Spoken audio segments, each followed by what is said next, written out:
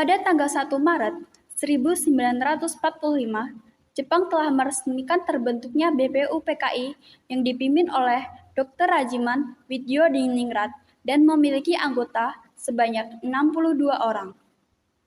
Dalam BPUPKI terjadi sidang pertama, yaitu pada tanggal 29 Mei sampai 1 Juni 1945 di Gedung Cho Sang-in.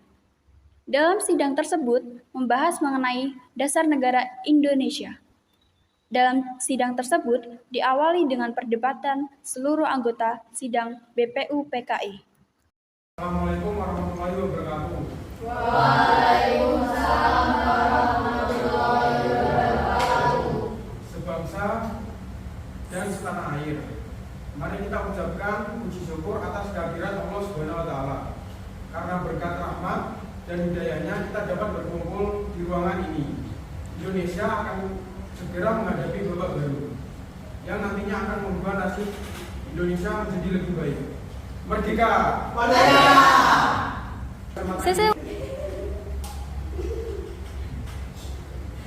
Maka dalam kesempatan ini kita akan menentukan dasar negara yang tepat untuk bangsa kita yang tercinta ini. Saya selaku Ketua BPUPKI dengan ini menyatakan membuka rapat penentuan dasar negara dengan secara resmi.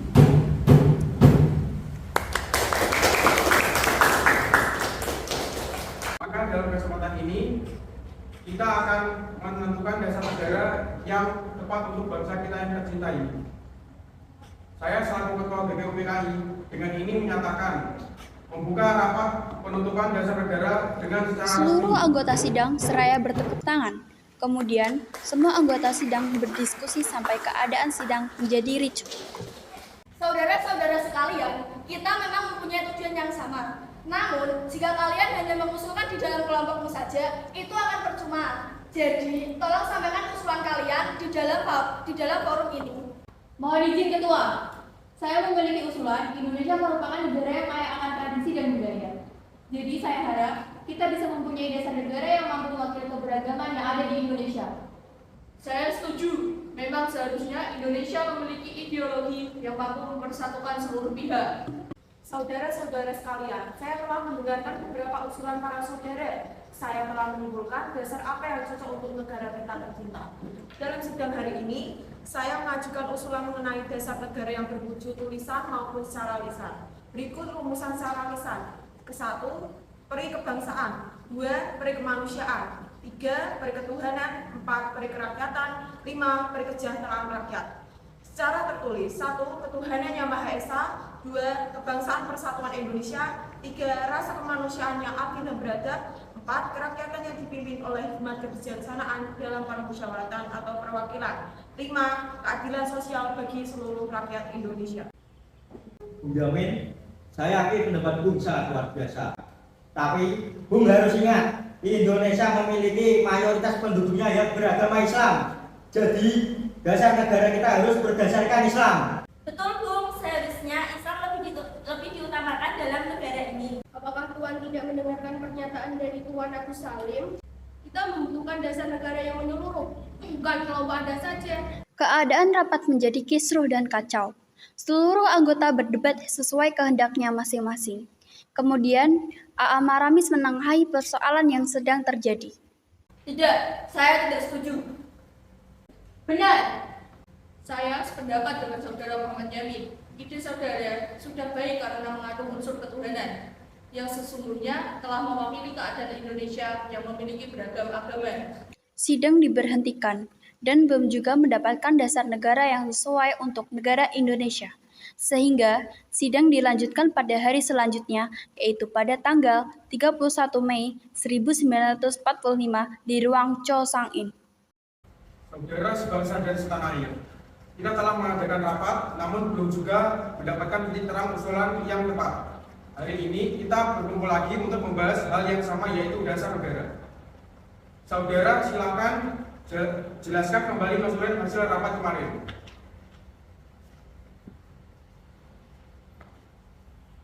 Baik, pada rapat sebelumnya telah mendapat satu usulan, yaitu 1, ketuhanan yang Maha Esa. 2, kebangsaan persatuan Indonesia. 3. Asas kemanusiaan yang adil dan beradab. 4. Kerakyatan yang dipimpin oleh hikmat kebijaksanaan dalam permusyawaratan atau perwakilan. 5. Keadilan sosial bagi seluruh rakyat Indonesia. Namun masih ada perdebatan pada poin 1. Baiklah, apakah ada yang mengusulkan lagi?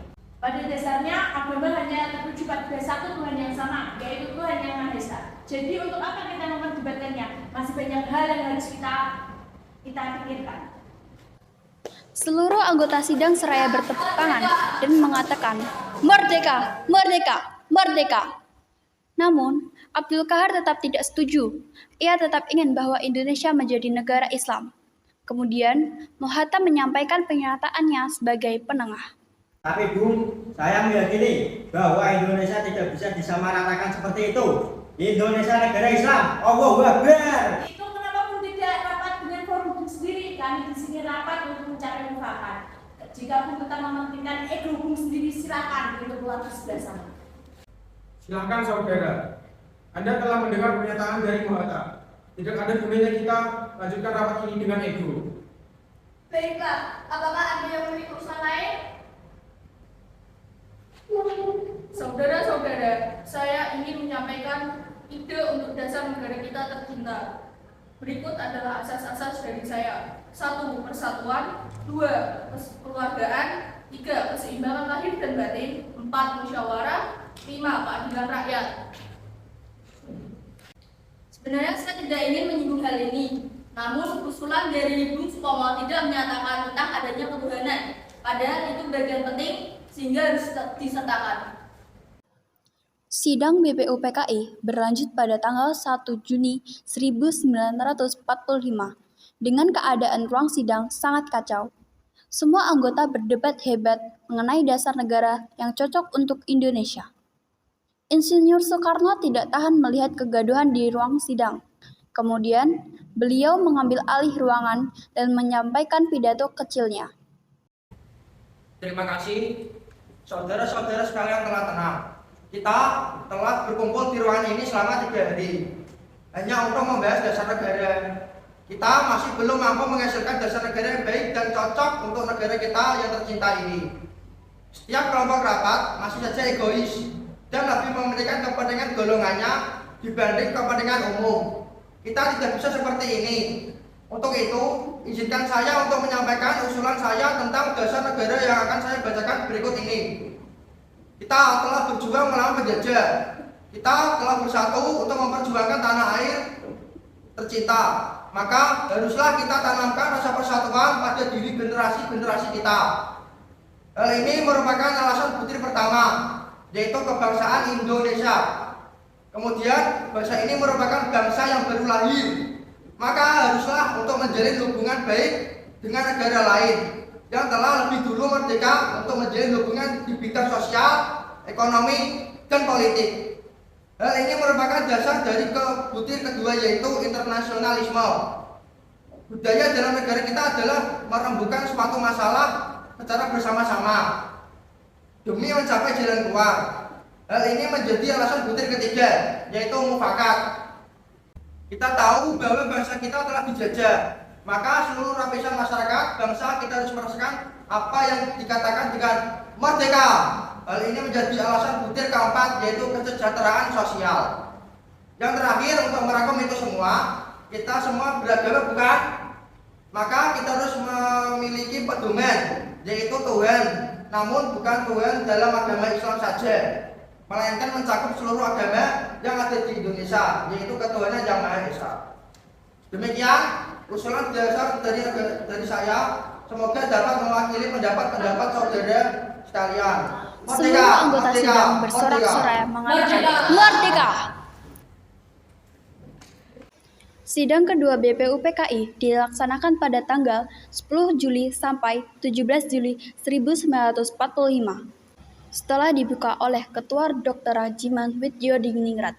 Kemudian, Insinyur Soekarno selaku Ketua Panitia Kecil melaporkan hasil kerjanya bahwa panitia kecil telah menerima usulan-usulan yang dibagi menjadi 9 kelompok.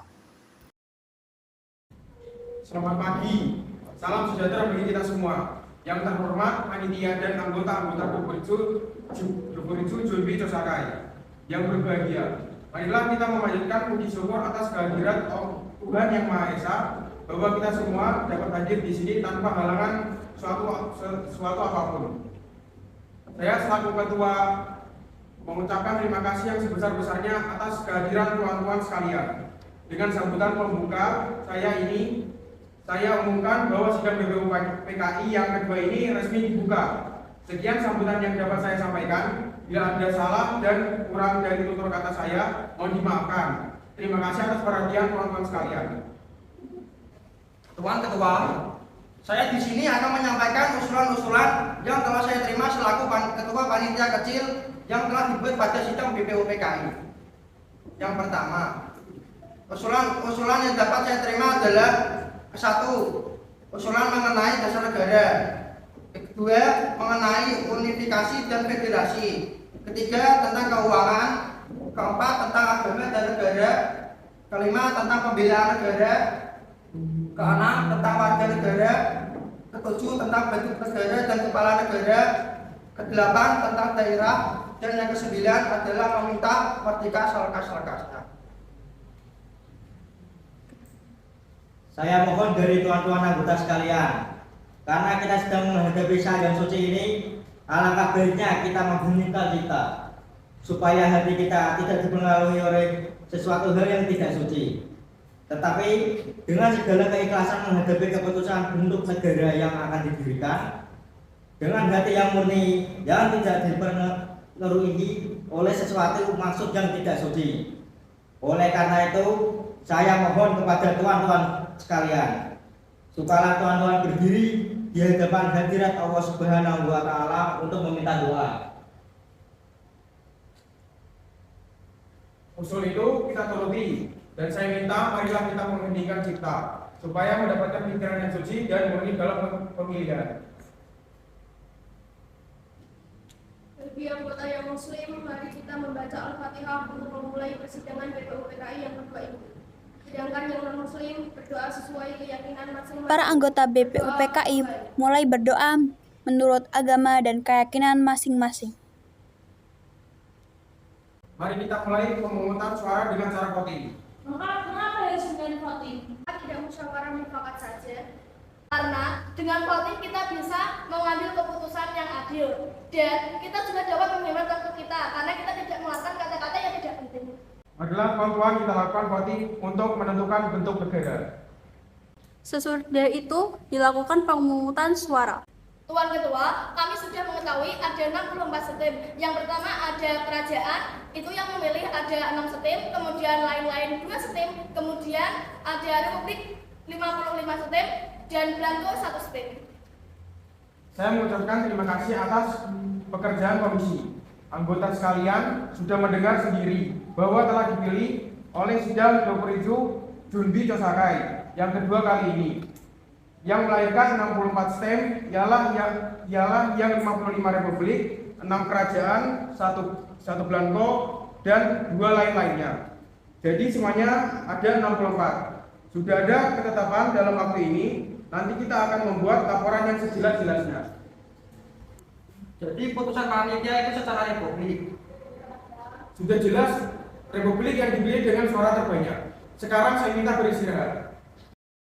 Semangat nasionalisme dan patriotisme terlihat sangat nyata dalam perbincangan sidang kedua BPU PKI pada tanggal 10 dan 11 Juli 1945 ketika membahas masalah wilayah negara.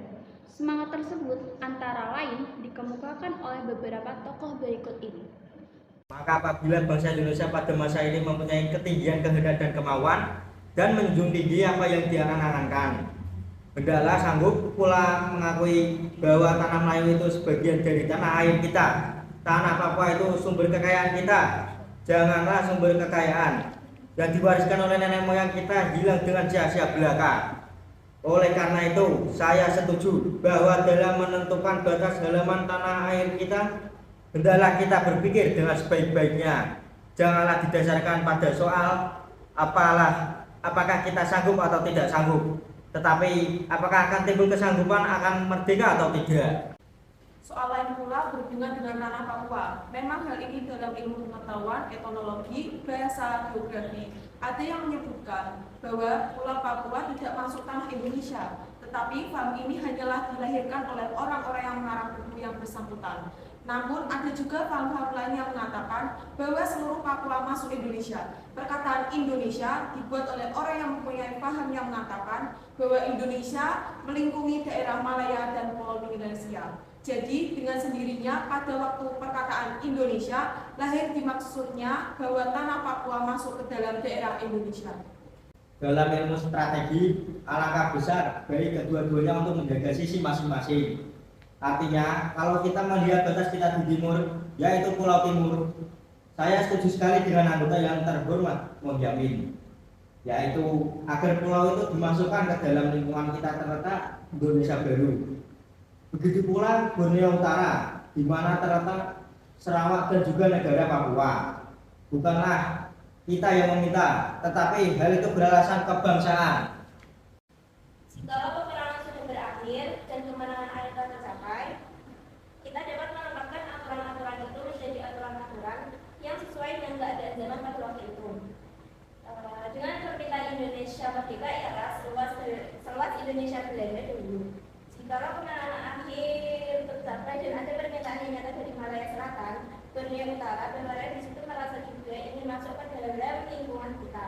Tentunya dengan senang hati mereka akan kita terima sebagai bangsa kita di dalam Indonesia merdeka. Bagaimana kalau kita menambah Malaya? Ya, kita juga harus menambah Borneo Utara supaya masuk dalam wilayah Indonesia. Kami juga akan menambah Timur, Portugis supaya masuk ke wilayah Indonesia. Tuan Ketua, Undang-Undang Dasar Negara manapun tidak dapat dimengerti dengan sungguh-sungguh. Maksudnya, Undang-Undang Dasar dari suatu negara. Kita harus mempelajari bagaimana terjadinya teks itu. Dengan demikian, kita dapat mengerti apa maksudnya. Oleh karena itu, segala pembicaraan dalam sidang ini yang mengenai rancangan-rancangan Undang-Undang Dasar negara. Undang-Undang Dasar ini sangat penting. Oleh karena itu, segala pembicaraan di sini menjadi material, bahan historis, bahan interpretasi untuk menerangkan apa maksud dari Undang-Undang Dasar ini. Naskah undang-undang akhirnya diterima dengan bulat pada sidang DPU PKI tanggal 16 Juli 1940. Dengan keberhasilan dari panitia perancang undang-undang menyusun rancangan undang-undang dasar, maka tugas DPU PKI dinyatakan selesai dan dibubarkan.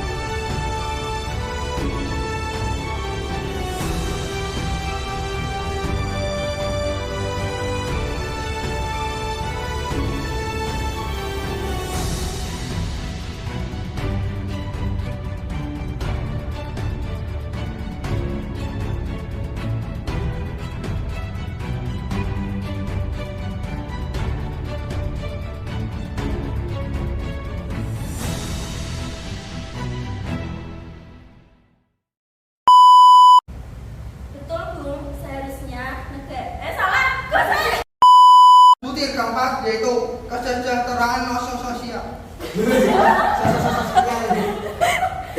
Masyarakat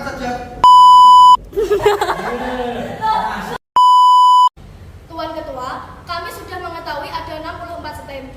Yang pertama ada stem kerajaan Indonesia memiliki mayoritas penduduknya beragama Islam. Jadi